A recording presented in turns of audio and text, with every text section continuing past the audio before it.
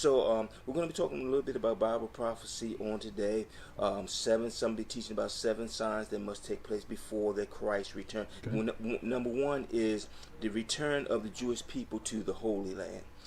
All the passages that speaks to the children of Israel going back to the land of their nativity is at the second coming of the Messiah. And I'll give some references to that.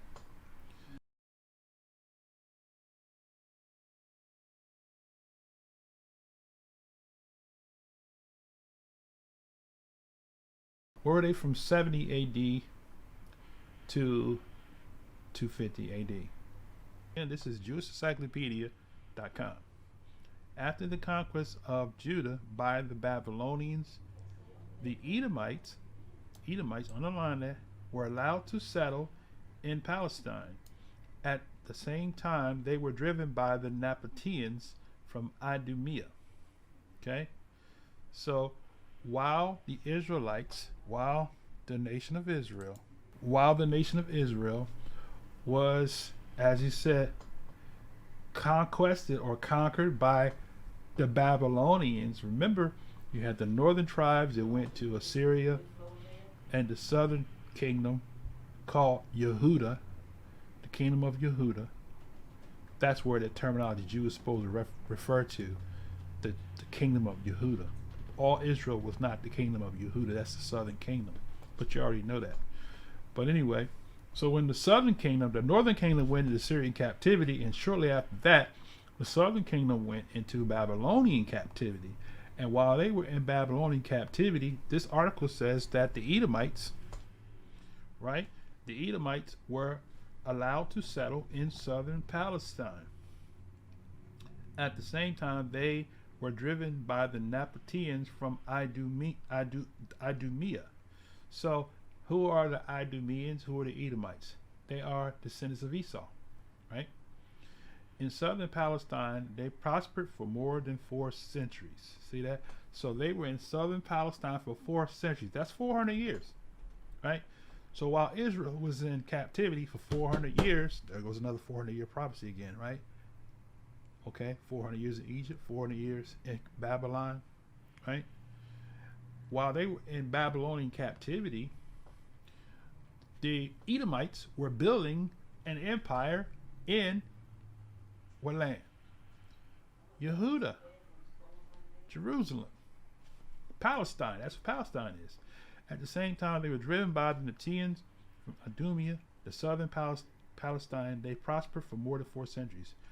Then Judas Maccabees, which is a book that they took out of the canonized, and said they weren't inspired. Why? Why did they take out the book of Maccabees? Because you have between Malachi and Maccabees about 400 years missing, right? So where were the Israelites for 400 years? In Babylonian captivity. Okay? So the Greeks came on the scene after the Babylonian Medes and Persians, right? So after those empires fell or were overthrown, according to prophecy, the Greeks came into fruition, right? So that's when the Edomites went into Israel. Now, of course, you know, in 2 Kings chapter 17, the king of Assyria took the children from the northern kingdom out, put them in captivity, and put impostors in Samaria in their place. Okay? Same thing happened here with Judah. Judah was taken into Babylonian captivity. Guess who moved into this territory? Edomites, right? And they share in their own history, okay?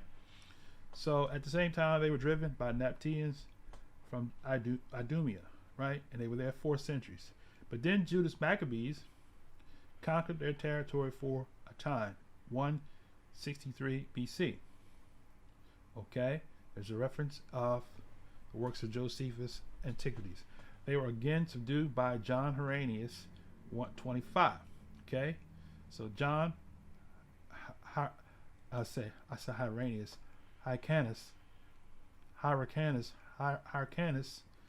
by whom they were forced to observe Jewish rites and laws. See that? So they were again subdued by John Hyrcanus. So the Romans, um, you don't believe in the book of Jasher, but if you was to read it, you will find out that in the book of Jasher, it lets us know that the children of the Romans warred against the children of Esau, and they became one people. So during this time, watch what this article says. This is Jewish Encyclopedia. They don't lie about their own history. Well, they're not putting the history on there, but they're telling you about the Edomites. Okay? So let's continue. In southern Palestine, they prospered for more than 4 centuries. Judas Maccabees conquered their territory for about a time. They were again subdued by John Hyrcanus, by whom they were forced to observe Jewish rites and laws. They were then incorporated with the Jewish nation. Okay, see that? They were then incorporated with the Jewish nation. Now, what we're saying specific is that they were incorporated with the nation of Yehuda, Jerusalem, right? Because that's where that term Jew is supposed to make a reference to.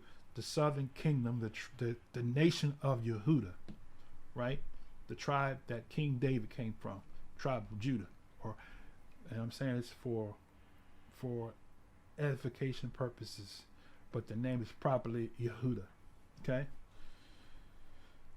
And their country was called by the Greeks Idumea. Okay? And it says here, verse, with Antipater began the Idumean dynasty that ruled, let's bring this up some, that ruled over Judea till the conquest of the Romans. So the Idumea, right, who are Edomites, they ruled over Jerusalem until the conquest of the Romans. See that? So who was in Jerusalem? Remember when the Messiah said he met the woman at the well who was from Samaria and told her, he said, the Yahudim have no dealings with the Samaritans, right? Because the Samaritans weren't Israelites. They were imposters put in there in 2 Kings chapter 17 in place of the children of Israel by the king of Assyria, right? So he told her, you're not an Israelite. You are a invader, right? So when the Messiah was in Israel, you had Edomites in the land posing as Israelites. You had Samaritans in the land posing as Israel, but they weren't Israelites. They were Samaritans, right? If you got to go to 2 Kings chapter 17 and read that in its entirety, you will see that all those people that were not Israelites was put in the land when Israel went into captivity. Just like with the tribe, the nation of Yehuda went into Babylon, the Edomites was put in the land, and they had become known as the tribe of, or the nation of Yehuda, aka Jew. Okay, so the Jews primarily are Edomites who invaded the land, the southern kingdom of Yehuda, and became known as Jews, right? But as a whole, the whole nation of Israel was not known as Jews, because the Jews is supposed to be a reference to one tribe or one kingdom, Judah, not the whole other 11 sons, right? Okay, so now watch this. Now let's go back in here, and it says